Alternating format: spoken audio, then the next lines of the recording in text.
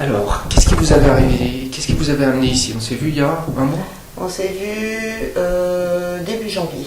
Début janvier. Début janvier, j'avais souhaité vous... Ça fait 2 mois, hein, c'est ça? Ça va faire 2 mois, oui. Donc j'avais souhaité vous rencontrer pour arrêter le tabac, non pas parce que c'était une résolution de début d'année comme on peut faire, mais parce que j'avais appris que j'avais un cancer du sein et que psychologiquement je ne voulais pas continuer à fumer, mais j'étais pas pour autant décidée d'arrêter, enfin arrêter. Donc en une séance qui a duré je crois à peu près 40 minutes, même pas. Ouais, c'est ça. Je suis ressortie déjà très bien, j'ai ressenti un bien-être et plus du tout envie de fumer, mais plus du tout, pas aucune envie, pas de stress.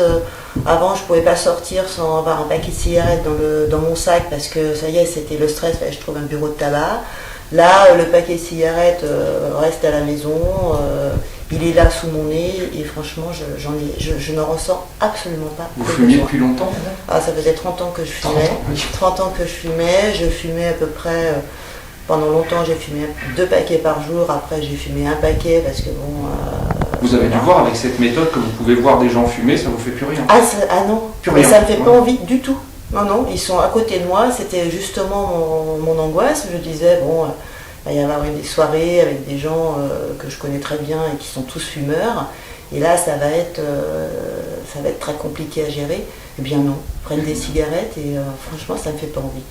Vous avez remarqué, j'en profite, comme là ça va être en vidéo, je ne fais pas de dégoût du tabac, c'est vraiment pas ça que je fais, pas du tout. Ah non, pas du tout. Ça c'est une absurdité, ah non, pas du tout. Ça, hein. L'odeur du tabac ne me dérange pas. Voilà, c'est ça. Alors ça c'est clair. C'est une vraie cassure, oui. Ce qu'on a fait c'est une cassure entre votre cerveau et la nicotine. Ah oui, non mais les gens peuvent fumer à côté de moi, je n'ai absolument pas de dégoût pour l'odeur de cigarette, je ne fais pas partie des anciens fumeurs insupportables qui ne supportent plus les fumeurs, donc non, ça là-dessus, mais ça ne me fait pas envie, je n'ai pas envie de fumer. Voilà. D'accord. Aujourd'hui, vous êtes venu me voir pour autre chose, tout ça c'est réglé? Oui.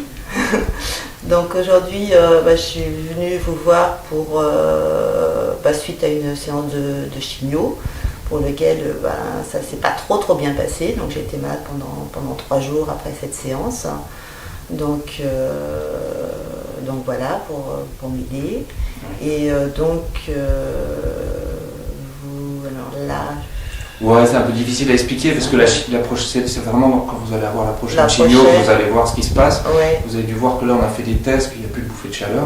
Et surtout, je me suis permis de parler de votre bras. Oui.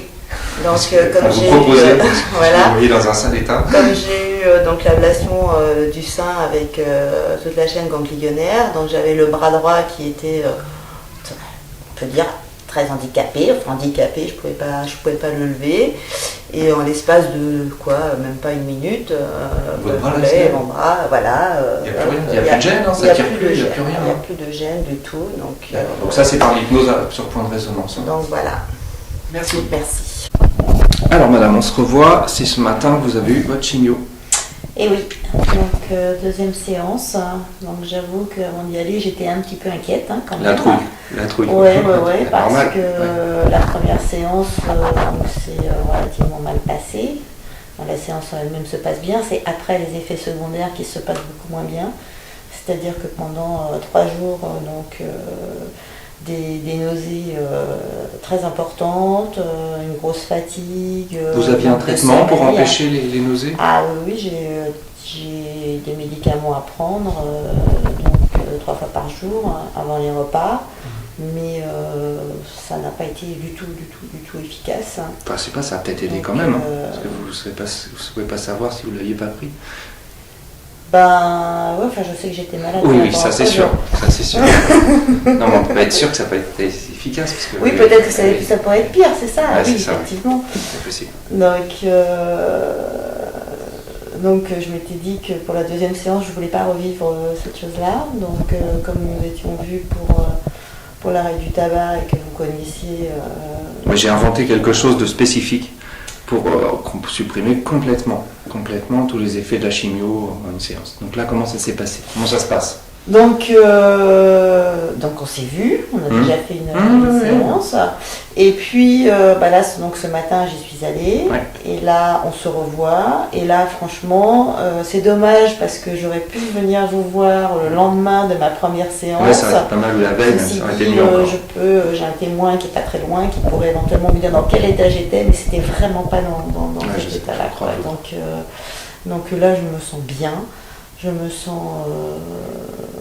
voilà, j'ai mangé à midi, tout se passe bien, comme si c'était un jour normal. Hein.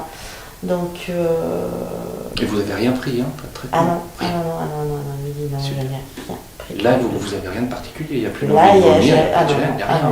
Non, là, c'est aucune gêne. Oui, j'ai remarqué ça à chaque fois. À chaque fois que je fais ça sur quelqu'un qui a de la chimio, ils me disent il n'y a plus rien. Il n'y a plus rien.